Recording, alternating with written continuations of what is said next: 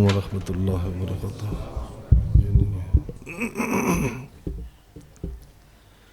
اعوذ باللہ السمیع العلیم من الشیطان اللعین الرجیم۔ بسم اللہ الرحمن الرحیم۔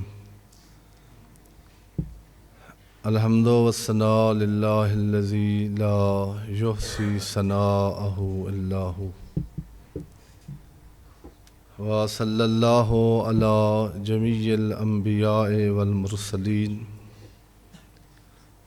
سیما خاتمہم وافضلہم واشرفہم محمد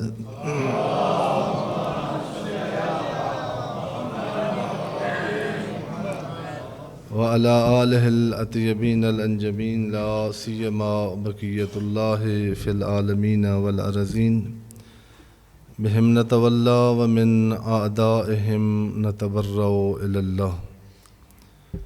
اوصیکم نفسی و عباد اللہ بتقوی اللہ، اتقوا اللہ فإن خیر الزاد التقوی۔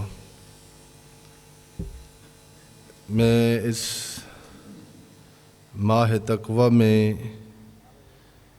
ماہ صیام میں، جس کا قرآن مجید نے کہا ہے کہ کتب علیکم الصیام کما کتب علی الذین من قبلکم لعلکم تتقون، تم پر اور تم سے پہلے والی امتوں پر روزہ فرض کرنے کا مقصد اور ہدف یہ ہے کہ تم اہل تقوی بن سکو، تم تقوی والا لباس اپنے اس اشرف، اکمل اور عظیم قامت پر مزین کر سکو۔ میں سب سے پہلے اپنے آپ کو اور اس کے بعد آپ مومنین حاضرین کی خدمت میں، خصوصاً اس ماہ میں اپنے ہر دن، ہر رات، بلکہ دن اور رات کی ہر گھڑی میں تقوی الہی کو اپنے ملحوظ خاطر رکھنے کی نصیحت کرتا ہوں، اور تقوی الہی کے ساتھ اس ماہ کا ایک ایک لحظہ گزارنے کی تلقین کرتا ہوں۔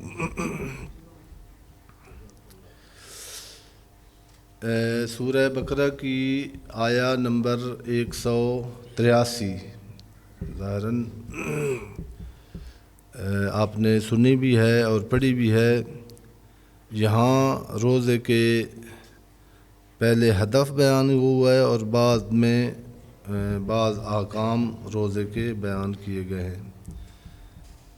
جہاں ہدف بیان کیا گیا ہے وہ یہی ہے کہ یا ایھا الذین آمنوا،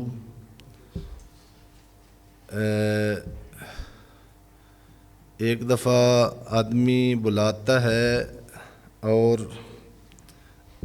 بلانے کا انداز ایسا ہوتا ہے کہ اس میں جاذبیت نہیں ہوتی۔ اللہ نے یہاں اپنا تعلق او دل میں میری توحید کے تصور کو پالنے والا مومن، میں تمہیں مخاطب ہوں، جس کی شناخت توحید ہے، جس کا طرہ امتیاز ایمان ہے، میں تجھے مخاطب ہوں۔ یا ایھا الذین آمنوا، روایات میں ہے، ادب قرآن مجید یہ ہے کہ جہاں یہ جملہ آئے تو وہاں لبیک یا رب یا اس طرح کے جملے کہے جائیں، کیونکہ یہ یوں سمجھیں کہ خطاب آ کے ختم نہیں ہو گیا، بلکہ جب آپ تلاوت قرآن کر رہے ہیں اور یا ایھا الذین آمنوا آیا ہے، اس کا معنی یہ ہے کہ اب اللہ تجھے مخاطب کر رہا ہے۔ ظاہر ہے ادب یہ ہے کہ جب کوئی مخاطب کرے تو اس کے جواب دیا جائے۔ کتب علیکم الصیام، تم پر روزے فرض کیے گئے ہیں۔ آ سکتا تھا بعض گرمیوں کے روزوں میں میرے جیسے کمزور آدمی کے ذہن میں کہ میرے اللہ پہلے بھی شریعتیں تھیں، یہ روزے والی اگر مہربانی نہ کی ہوتی تو اللہ نے پہلے کہہ دیا کہ یہ صرف تمہارے اوپر واجب نہیں ہے بلکہ تم سے پہلے امتوں پر بسا اوقات بعض روایات میں ملتا ہے کہ اس سے سخت روزہ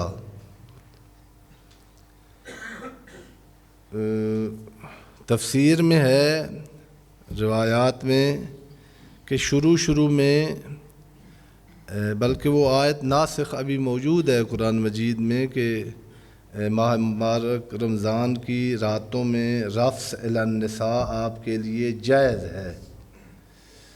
یہ آیت بتاتی ہے کہ جب شروع میں روزے کا حکم آیا تھا تو ماہ مبارک رمضان میں رات کو یکم سے لے کر آخر تک اپنی جو جائز حلال بیوی ہے پورا مہینہ، دن کو تو روزہ ہوتا ہی ہے، رات کو بھی جو ہے زوجہ کے جو ہم بستر ہونا وہ روکا ہوا تھا۔ عرب کا معاشرہ تھا اور صحابہ کرام نے کچھ ہوئے ان سے واقعات اور وہ پھر پیغمبر کے اور اللہ کے تو علم میں ہوتے ہیں۔ اس کے بعد یہ آیت آئی کہ اب رات کو اگر ایسے لوگ ہیں تو صرف آپ کے لیے یہ 12 گھنٹے جو دن کے ہیں اس میں یہ جو حلال چیزیں ہیں چند ان سے آپ کا رکنا واجب ہے، اس لیے لعلکم تتقون، تاکہ تم اہل تقوی بن سکو۔ کیا ہے روزے کا تعلق انسان کے متقی بننے سے؟ متقی پہلے معنی کیا ہے یعنی محفوظ، تقوی یعنی حفاظت۔ روزہ کیسے انسان کو محفوظ کرتا ہے اور روزہ تقوی کون سی حفاظت فراہم کرتا ہے انسان کو؟ پہلے بھی یہ مثال دی تھی، علماء اخلاق جو پرانے علماء اخلاق ہیں انہوں نے ایک مثال دی ہے، پھر سمجھانے کے لیے توجہ فرمائیے گا۔ انسان ایک ایسی مخلوق ہے جس کے بارے میں ابھی تک ترقی یافتہ انسانوں نے جنہوں نے انصاف کے ساتھ تحقیق کی ہے انسان کے بارے میں، انہوں نے کہا کہ ہم سے انسان نہیں پہچانا گیا، اس کے بعض بعد جو ہیں ان تک ہماری دسترس نہیں ہوئی۔ بہت قابل انسان، یہ چند سال پہلے کی اس وقت قم میں پڑھتے تھے تو وہ کتاب آئی تھی، اس کا فارسی میں ترجمہ ہوا تھا، بہت سارے جس نے تحقیقات میں انعام لیے ہوئے، اس شخص نے انسان شناسی پر کتاب لکھی جس کا عنوان یہ تھا انسان موجود ناشناختہ۔ یہ چھوٹا سا جانور، اس کے اندر وہ پاورز ہیں، وہ قوتیں ہیں جن کی حد کوئی نہیں معین کر سکتا۔ آج تک انسان کا یعنی حدود اربع کوئی معلوم نہیں کر سکا۔ بغاوت پہ آئے تو کہاں پہنچ جاتا ہے، اور اگر ذلت پہ آئے تو پھر کہاں حیوانوں سے نیچے چلا جاتا ہے۔ تو جو ماہر نفسیات ہیں، نفسیات سے مراد علم النفس، جو لیبارٹری میں نہیں آتا لیکن ایک علم ہے۔ بہت دفعہ عرض کیا تھا کہ ایک المیہ یہ ہوا ہے انسان کو سمجھنے کے لیے کہ اپنی اپنی فیکلٹیز ہوتی ہیں نا، سبجیکٹ ہوتا ہے۔ مغرب والوں کا جو تحقیق کا پیمانہ ہے وہ لیبارٹری ہے، چونکہ مادہ کو آپ کے وجود پر جتنی وہ تحقیقات کرتے ہیں، اب آپ ہاسپٹل میں جاتے ہیں، آپ کا معدہ کیسے چل رہا ہے، آپ کا نظام خون کیسے چل رہا ہے، آپ کا سانس کا نظام کیسے چل رہا ہے، اس کو تمام کو پرکھنے کے لیے ان کے پاس کیا ہے؟ ٹیسٹ وہ جس میں آپ کا جسم آتا ہے۔ قرآن مجید اور انبیاء ایک علم لے آئے ہیں جس میں انسان کا ٹیسٹ ہوتا ہے، لیکن وہ چیزیں اس کے جسم میں نہیں ہوتی، نظر آتی۔ بہت آسان یہ مثال عرض کی تھی پہلے کہ آپ یہ جو کہتے ہیں کہ اگر لیبارٹری میں آ جائے تو ہے، نہ آئے تو نہیں ہے، ان کو آپ جا کے بتائیں کہ یہ جو خودکشی کرتے ہیں لوگ، عاشق خودکشی زیادہ کرتے ہیں، ان کی جب پوسٹ مارٹم کرتے ہیں تو ان کا دل چیر کے درمیان سے آپ ان کا معشوق نکال کے دکھائیں، کسی لیبارٹری میں کمپیوٹر پہ لگائیں اور آ جائے کہ اس کے دل میں فلاں کی محبت یا فوٹو، وہ کہاں تھا وہ معشوق، وہ دل کدھر ہے؟ یہ جو غیظ، غصہ، کینے، اب الیاذ باللہ ایک روایات ماہ مبارک رمضان میں ہے، شب قدر آ رہی ہے اور شب قدر کی تیاری ہے، یہ ایک عشرہ تمام ہو جائے گا کل، اور آگے ماہ مبارک شب قدر میں ہے کہ جتنا گناہوں سے ایسے زخمی ہے جیسے سید الشہداء کربلا میں تیروں اور تلواروں سے زخمی تھے، اتنے زخم لگے ہوئے ہیں گناہوں کے اس کے بدن پر، اگر ندامت کا آنسو لے کے شب قدر آئے تو اللہ اس کے 80 سال سے زیادہ جو نقصان کیے ہیں ان کا جبران کر دے گا شب قدر۔ جو 80 سال سے زیادہ اس نے مسلسل کام کر کے جو ترقیاں کرنی تھی وہ ایک لمحے میں خدا کروا دے گا، اس کا اگر صحیح آئے گا اللہ کی بارگاہ میں۔ لیکن بعض چیزیں ہیں کہ رکاوٹ ہیں، ان کو نہ لے کے آئیں، وہ اگر ہوگی تو شب قدر بے شک سارے واجبات ادا کر کے آئے، 1 انچ بھی دعا اللہ کی طرف سفر نہیں کر سکتی۔ ان میں سے ایک یہ ہے کہ آپ کے دل میں کسی مومن بھائی یا مومنہ کا کینہ اور بغض ہو۔ آج کے جمعے میں اللہ آپ کو توفیق دے، یہاں سے بیٹھے بیٹھے، آج کل تو معذرت کرنا آسان ہے، سفر نہیں کرنا پڑتا، ایک میسج، ایک کال، یہ جو دل کو زخمی کیا ہوا ہے نا ان قدورتوں سے، ناپاک ہو گیا دل۔ پیغمبر اعظم نے خطبہ شعبانیہ میں کہا تھا کہ اللہ تمہاری سننے کو تیار ہے لیکن پاک دل کے ساتھ اس کو پکارے ہیں۔ جس دل کو کینے سے، حسد سے، جیلسی سے، نفرت سے پلید کر لیا ہے، اس دل سے اٹھنے والی دعا وہ آسمانوں کے راستے اور دروازے عبور نہیں کرتی۔ عرض کرنے کا مطلب یہ ہے کہ نہیں آتا وہ کینہ۔ اب ابھی آپ لے جائیں جس کے دل میں کینوں سے بھرا ہوا دل، اس کو جا کے لیبارٹری میں اس کے دل کا کون سا ٹیسٹ ہوتا ہے جو دقیق ترین ہارٹ ٹیسٹ ہے؟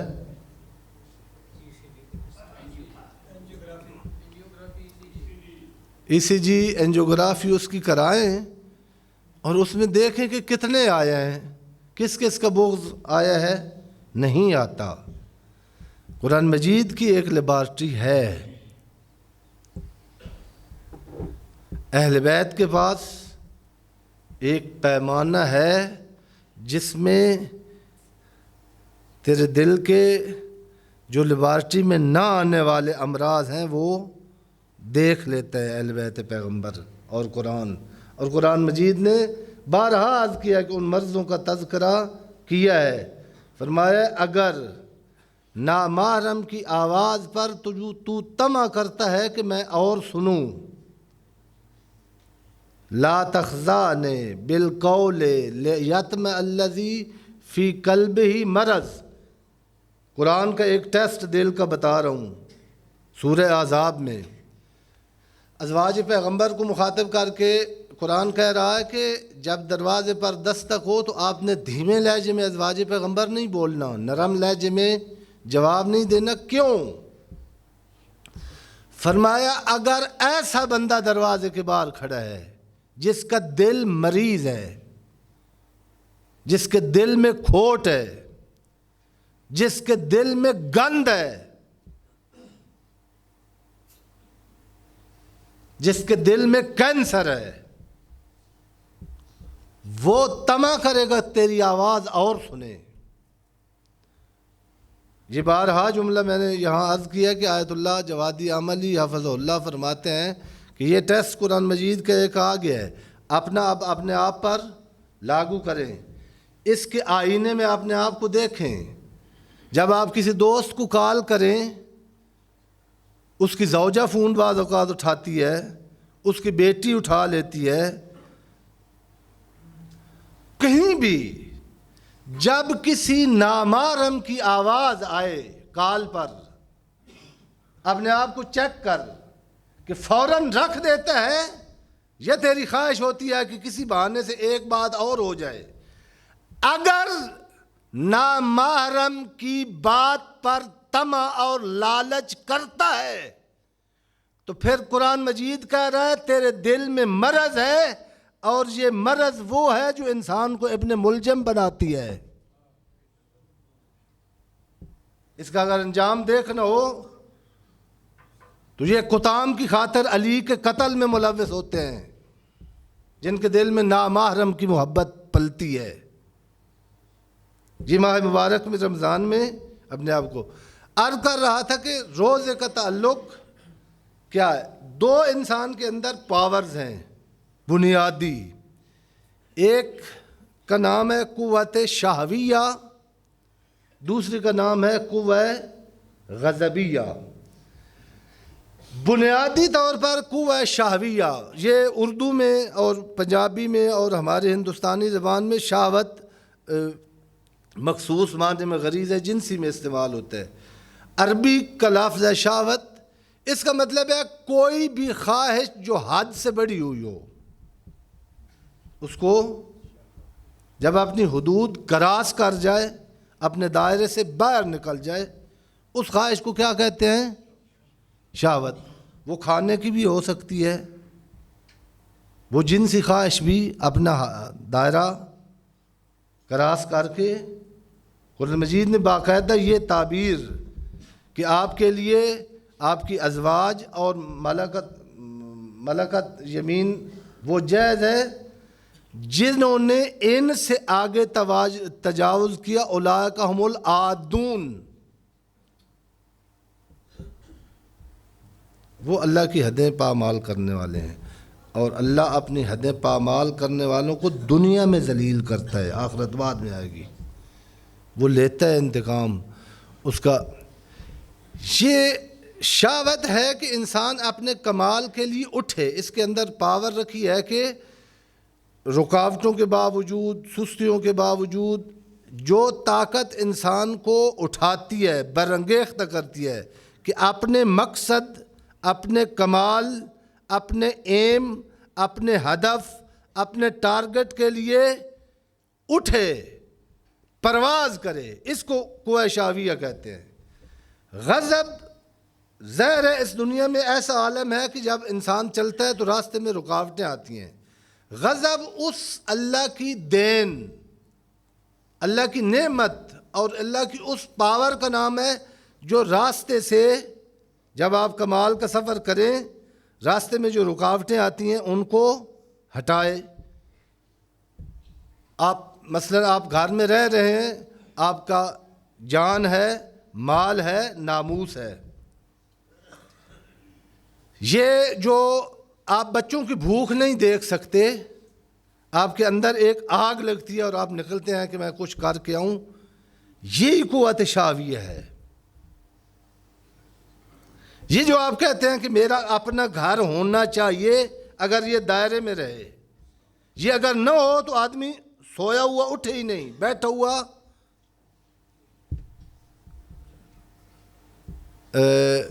پھر ایک دفعہ مسئلہ میں بیان کر دوں، ہر جمعے میں کرنا پڑتا ہے، جو خطبے میں سونے کے عادی ہیں وہ پیچھے بیٹھا کرے اور نماز سے پہلے وضو کیا کرے، جب بندہ سو جائے تو وضو باطل ہو جاتا ہے۔ ایک دفعہ صلوات پڑھ لے محمد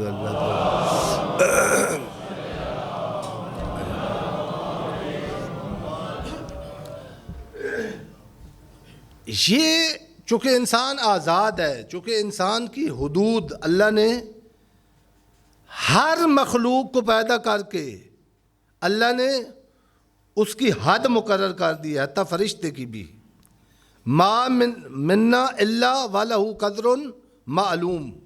فرشتے کا، ہر فرشتے کا بھی اعلی مخلوق ہے لیکن اس کا ایک دائرہ ہے، اس سے باہر نہیں جاتا۔ ایک مخلوق اللہ نے خود بنائی ہے، جس طرح اس کی اپنی کوئی حد نہیں ہے، اس کی بھی کوئی حد تعین، یہ جہاں جائے حتیٰ خدا کے سامنے کھڑا ہو جائے اللہ اس کو روکتا نہیں ہے اس جہان میں۔ یہ جب اس کے سامنے کوئی رکاوٹ نہیں ہے تو اب اس کی یہ شہوت اور غضب یہ جب بے مہار ہوتے ہیں تو یہ اس کو بے دست و پا کر دیتے ہیں۔ اس بے مہار شہوت اور بے مہار غضب، اس کو مہار کرنے کے لیے اللہ نے روزہ رکھا ہے۔ یہ حلال کھانے پینے، حلال جو جنسی تعلق ہے، اس سے 12 گھنٹے رک کے اپنے آپ کو چیک کر کہ اگر اس حلال سے تو اپنے آپ کو روک سکتا ہے، اللہ نے تمہیں اتنا مقتدر بنایا ہے، اللہ نے تجھے اتنا کنٹرول دیا ہے، اللہ نے تجھے اتنی کرامت دی ہے کہ سامنے پڑی ہے چیز، اندر سے خواہش موجود ہے، لیکن تیرا ارادہ اس خواہش کو کہتا ہے تو میری پیروی کر، میں تیری پیروی نہیں کروں گا۔ اسی کام کا نام تقوی ہے، اسی شرف کا نام انسانیت ہے۔ خداوند عالم بحق محمد و اہل بیت محمد ہمیں اس ماہ مبارک میں، ماہ تقوی میں، حقیقی تقوی کے منازل طے کرنے کی توفیق و رحمت فرمائے۔ بسم اللہ الرحمن الرحیم۔ والعصر ان الانسان لفی خسر الا الذین آمنوا وعملوا الصالحات وتواصوا بالحق وتواصوا بالصبر۔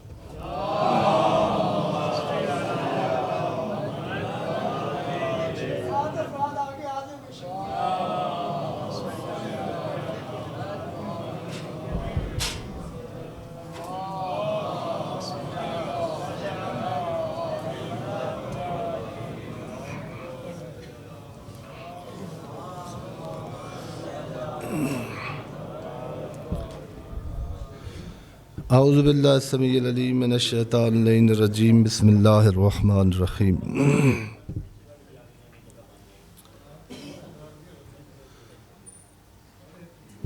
الحمدللہ رب العالمین بارئ الخلائق اجمعین باعث الانبیاء والمرسلین رافع السماوات وخافض الارضین وصلی اللہ علی جمیع الانبیاء والمرسلین سیما خاتمہم و افضلہم و اشرفہم محمد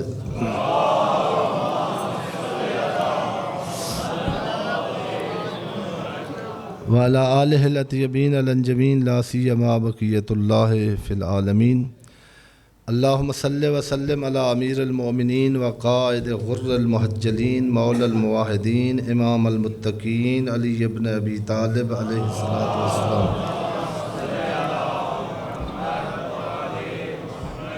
وعلی سیدۃ نساء العالمین و بضعۃ خاتم النبیین فاطمۃ بنت محمد صلوات اللہ علیہا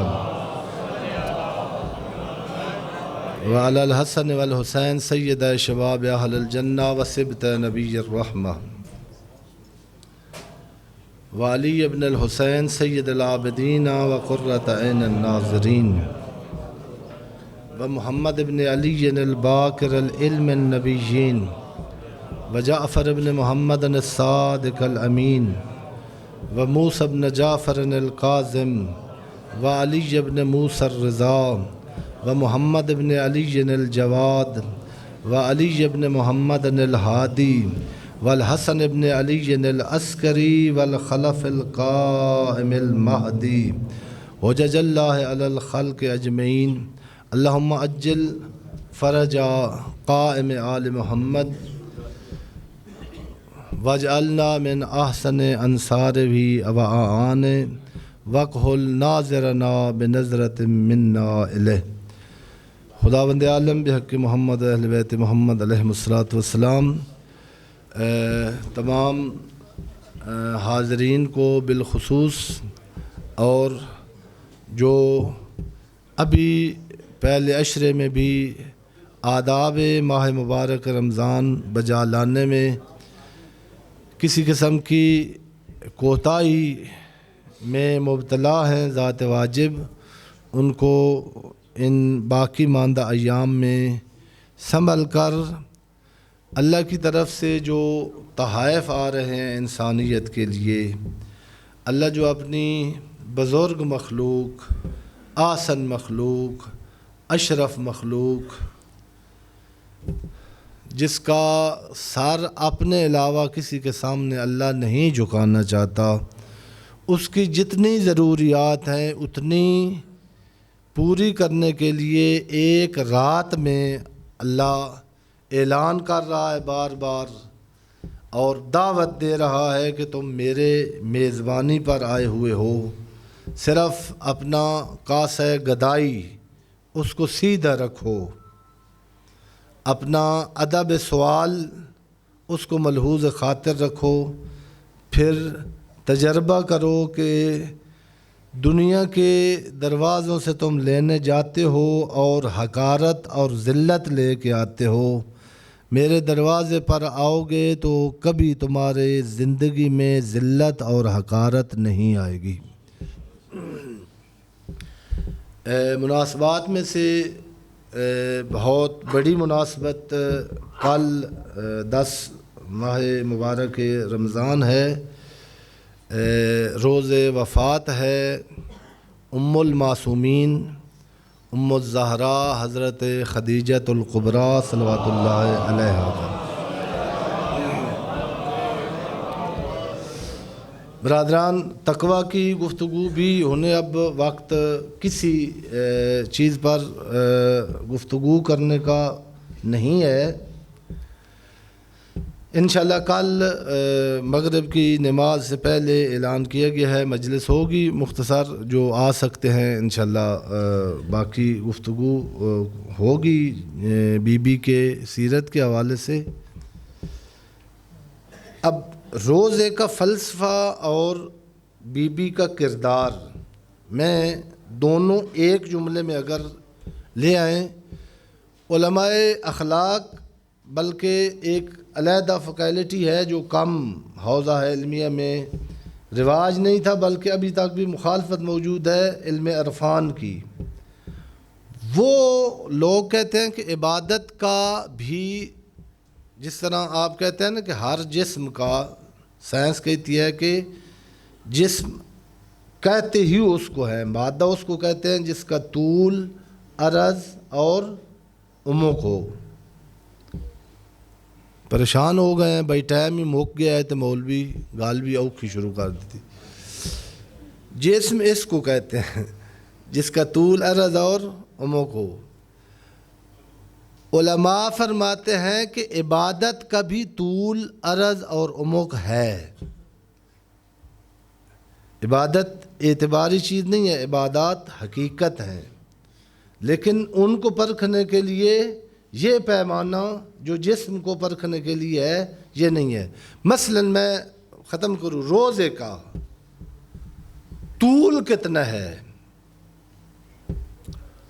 روزے کا طول کتنا ہے، عرض کتنا ہے، عمق کتنا ہے، یہ روزہ کہاں تک سفر کرتا ہے، یہ روزہ اللہ تک پہنچنے میں کہاں راستے پر اگر رک جاتا ہے تو اس کی لمبائی ایسے چلتا ہے لیکن راستے میں ریا آ جاتی ہے، راستے میں دکھاوا آ جاتا ہے، راستے میں اپنا عبادت گزار ثابت کرنا وہ آ جاتا ہے، یہ بالکل طول میں کچھ بھی نہیں ہے۔ عرض اگر روزے کا دیکھنا ہو تو دیکھیں، آپ کی زبان پر تو ابھی پیٹ پر روزہ ہے، پانی اور کھانے کا آپ نے روزہ رکھا ہوا ہے، لیکن اس کو دیکھیں کہ یہ پھیلا ہوا کتنا ہے آپ کے بدن پر۔ یہاں اس ذائقے سے ہٹ کر کان کا بھی روزہ ہے، تھوڑا سا اور جائیں، زبان کا روزہ ہے، تھوڑا سا اور پھیلائیں، آنکھ کا روزہ ہے، یہ علماء اخلاق کی بنائی ہوئی نہیں ہے۔ امام جعفر صادق علیہ السلام نے فرمایا اذا صمت فلیصم سمعک و بصرک و عینک و لسانک، جب روزہ رکھے تو تیری زبان کو، تیری آنکھ کو، تیرے کان کو، بلکہ روایت کے جملے ہیں تیرے جلد پر اگنے والے ہر بال کو روزہ ہونا چاہیے۔ یہ صادق عالم محمد فرما رہے ہیں، یہ طول ہے۔ اور عمق، یہ کتنا تیرے دل میں اترا ہے، یہ کتنا طول کی ایک اور مثال دوں، جو ہی افطاری کا ٹائم آتا ہے سارا دن کا جو صبر تھا وہ 2 منٹوں میں تباہ ہو جاتا ہے، کھڑاک کھڑاک بھیڑ رہے ہوتے ہیں دسترخوان پر، پکوڑا تیرا نہیں تو سموسہ میرا ہے۔ یہ پتہ چل گیا روزے کا طول کتنا ہے۔ یہ تو روزے کے بعد 1 منٹ نہیں روزہ آپ کا، جو عید آتی ہے تو الیاذ باللہ وہ کام عید والے دن روزہ دار کرتے ہیں۔ عید والے دن پورے رمضان کا آیا ہوا وہ جو اللہ کی طرف سے کرامت اور شرف ہے، ایک حرکت میں، جیسے دوسری چیزیں تباہ و برباد ہوتی ہیں، عبادتیں بھی ان کو تباہ کرنے والے حرکات و سکنات ہیں۔ عید کے بعد پتہ چلنا چاہیے کہ تو نے روزے رکھے ہیں رمضان میں، تو اپنے آپ پر کتنا مسلط ہے، تو خوشی کے اوقات میں اپنے آپ پر کتنا کنٹرول رکھتا ہے۔ جناب خدیجہ ملیکۃ العرب تھیں،